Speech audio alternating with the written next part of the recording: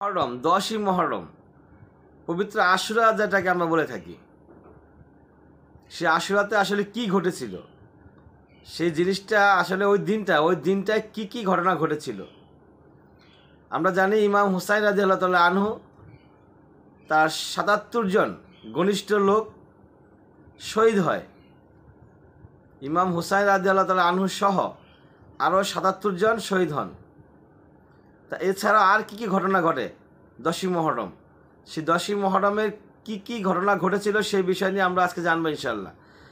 সেখানে অনেক ঘটনা ঘটে, শুধু 10ই মহরম হুসাইন রাদিয়াল্লাহু তাআলা আনহুর যে শহীদ হন এটাই না, এটার জন্য হয়তো আমরা সেই 10ই মহরমকে উদযাপন করে থাকি, 10ই মহরমকে পবিত্র আশুরা হিসেবে উদযাপন করে থাকি।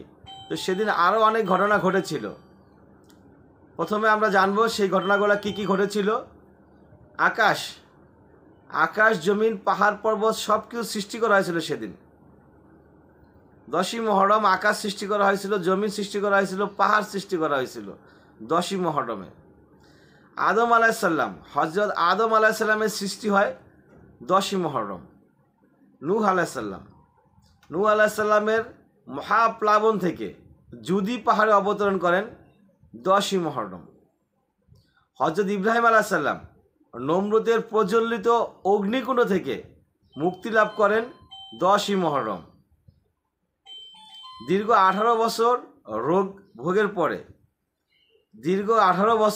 ভোগের পরে হজরত আইয়ুব আলাইসাল্লামের দুরারোগ্য ব্যাধি থেকে মুক্তি লাভ হয় এই 10ই মহরম।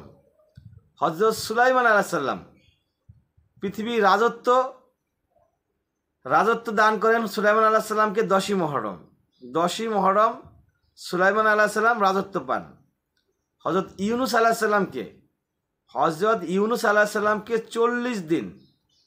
40 দিন পর 10 নদীতে মাছের পেট থেকে উদ্ধার করেন মহান রব্বুল আলামিন এই 10ই মহরমে।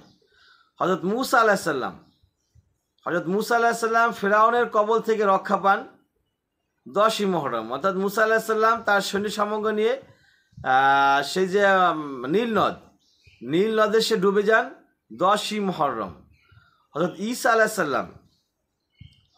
আলাইসাল্লাম পৃথিবীতে আগমন করেন 10ই মহরম। 10ই মহরম হজরত ঈসা আলাইসাল্লামের জন্ম হয়, পৃথিবীতে তিনি আসেন।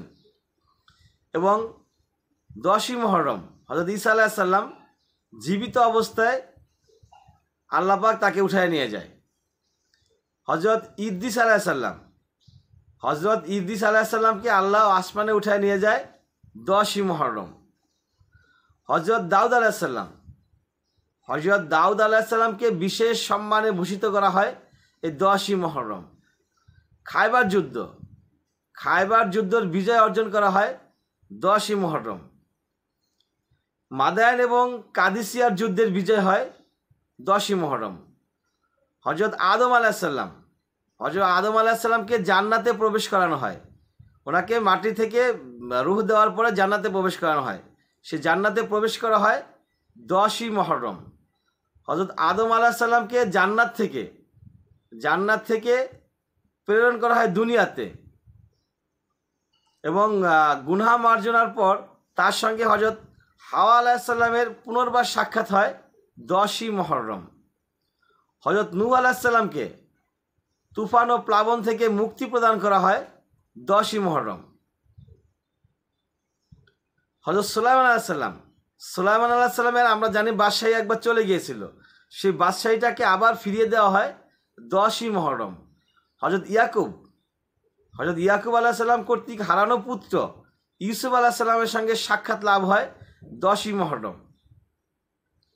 প্রিয় নবী হজরত মুহাম্মদ সাল্লাল্লাহু আলাইহি সাল্লাম মক্কা থেকে হিজরত করে মদিনায় আগমন করেন 10ই মহরম। হজরত ইমাম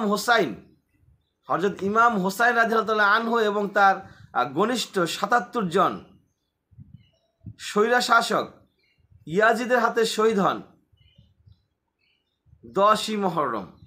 আর এই হোসাইন রাদিয়াল্লাহু আনহুর শহীদটাকে আমরা আসলে বেশি পরিমাণে জেনে থাকি। আমাদের ধারণা 10ই মহরম হজরত শুধুমাত্র হোসাইন রাদিয়াল্লাহু আনহুর এবং তার 77 জন ঘনিষ্ঠ সহচরী শহীদ হন, বাকি যে ইতিহাসগুলো আছে সেই ইতিহাসগুলো আমরা অনেকেই জানি না। জানলেও সেই ইতিহাসগুলোকে আমরা স্মরণ করি না। তা আমরা এখন থেকে চেষ্টা করবো ইনশাআল্লাহ ওই ইতিহাসগুলো স্মরণ করার জন্য।